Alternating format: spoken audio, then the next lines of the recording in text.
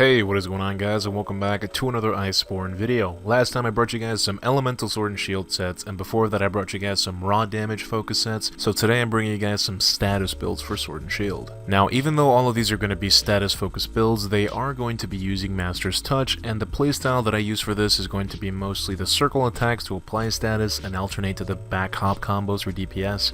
Because of this, I run health regen on these weapons, but you won't have to if you don't need to, though I highly recommend it because a lot of them are going to be running peak. Anyway, with all that out of the way, let's get started. Let's start off with Paralysis. For this we're going to be using the Radabon Os 3. I have this augmented for an affinity increase, a health regen augment, and 1 status up. For the custom mods, I have 5 status increase mods and 1 final attack increase mod, which will always be a Namiel mod, and this is going to be your only option for all of your rarity 10 and 11 sword and shields that can be custom upgraded. For the armor, we're going to be using the Beta Teostra helmet, gauntlets, and coil, the Beta Brute Tigrix chest, and the Beta Garuga boots, and the Awakening Charm 3. As a whole, this will give you max critical eye, level 4 attack boost, handicraft and agitator, maxed out free element, crit boost, and weakness exploit. With this you have a comfortable bit of white sharpness to deal with, and you can add another level in place of the attack boost that I put in the weapon slot, or you can slot something else like Coalescence, which is really strong on raw status builds because it gives you raw and an additional increase to status build up whenever you do proc Coalescence. Next we have Poison. For Poison I'm going to recommend the same set that I showcased in my raw damage sword and shield set video, which I will leave a card for in the top right hand side of the screen right now, but this set is entirely focused on raw DPS.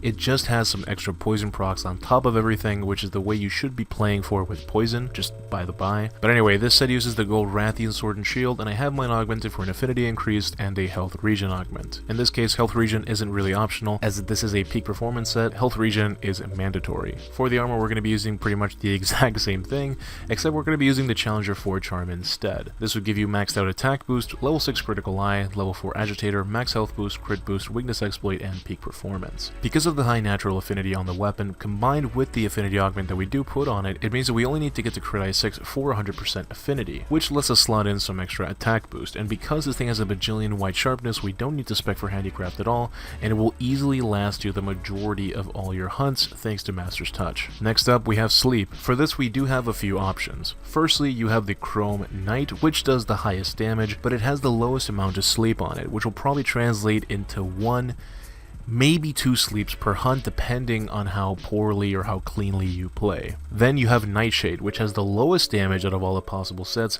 but it has the highest amount of sleep. And then you have an in-between, more damage than Nightshade and more sleep than Chrome Knight, but not really shining in any regard, and that is the Radabon Os 2. If I'm being completely honest, I don't like using Sword and Shield for sleep at all, but if you're into that, all of these are decent options.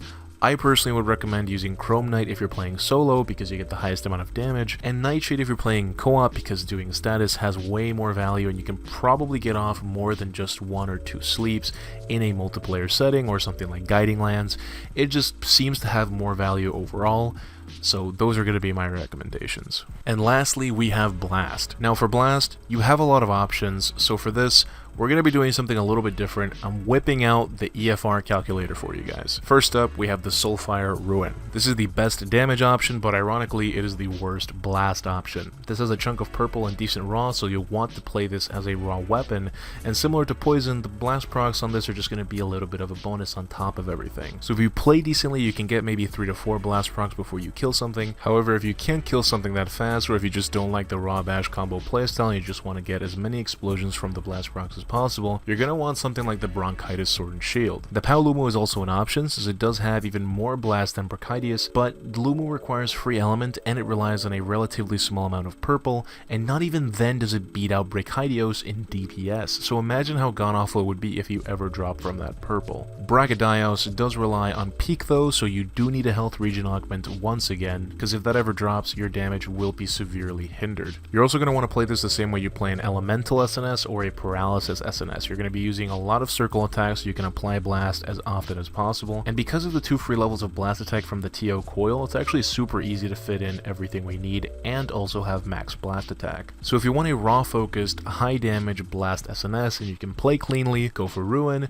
but if you want a lot of explosions and you don't really care or can't play super cleanly, go for Brad. Well guys, those are my status sets for Sword and Shield. I hope you guys like them. If you have any suggestions, then please leave them down in the comment section below. I would like to thank my patrons for their continued support. A link to my Patreon and my Discord are in the description. As always, I'll be back in a few days with a very, very spicy video. I'm pretty excited for it, so stay tuned, and I'll see you guys in the next one. Take care.